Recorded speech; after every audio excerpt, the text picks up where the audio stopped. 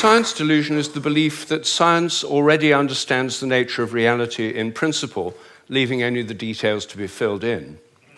This is a very widespread belief in our society. It's the kind of belief system of people who say, I don't believe in God, I believe in science.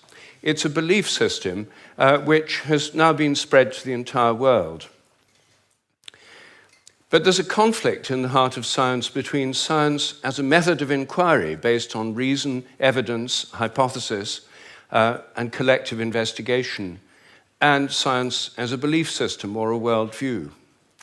And unfortunately, the worldview aspect of science has come to inhibit and constrict the free inquiry, which is the very lifeblood of the scientific endeavor. Since the late 19th century, science has been conducted under the aspect of a belief system or worldview, which is essentially that of materialism, philosophical materialism. And these sciences are now wholly owned subsidiaries of the materialist worldview.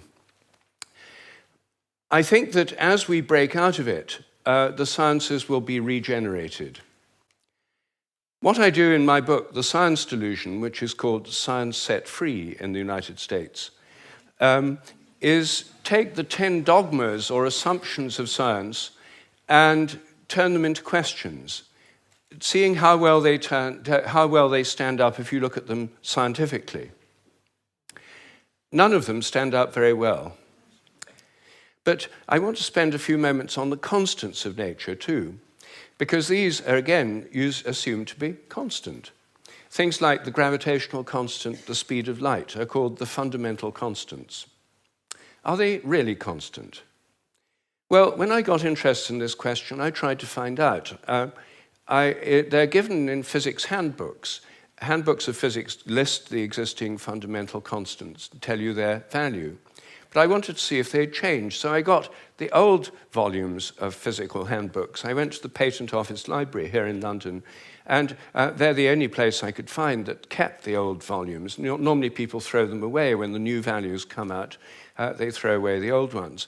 When I did this, I found that the speed of light dropped between 1928 and 1945 by about 20 kilometers per second. It's a huge drop because they're given with errors of only fractions of decimal points of error.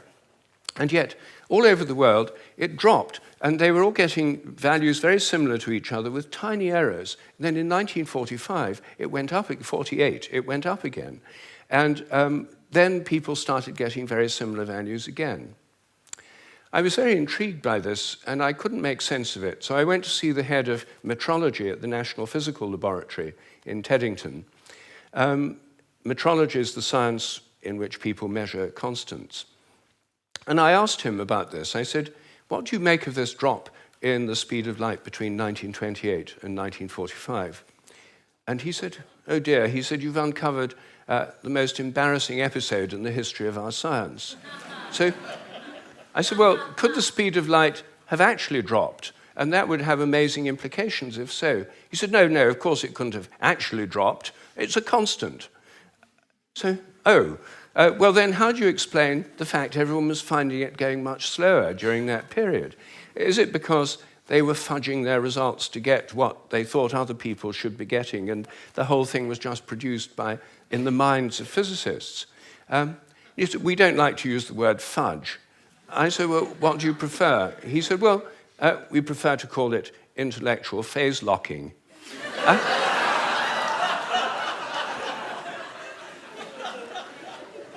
So I said, well, if it was going on then, how can we be so sure it's not going on today?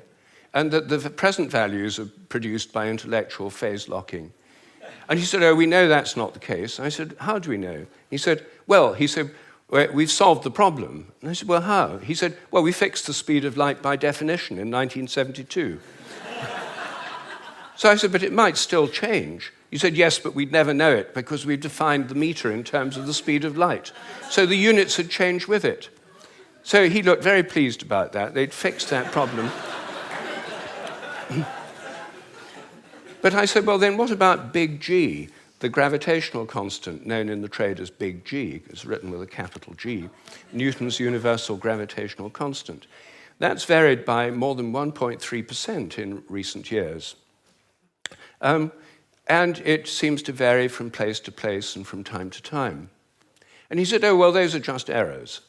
And unfortunately, there are quite big errors with big G.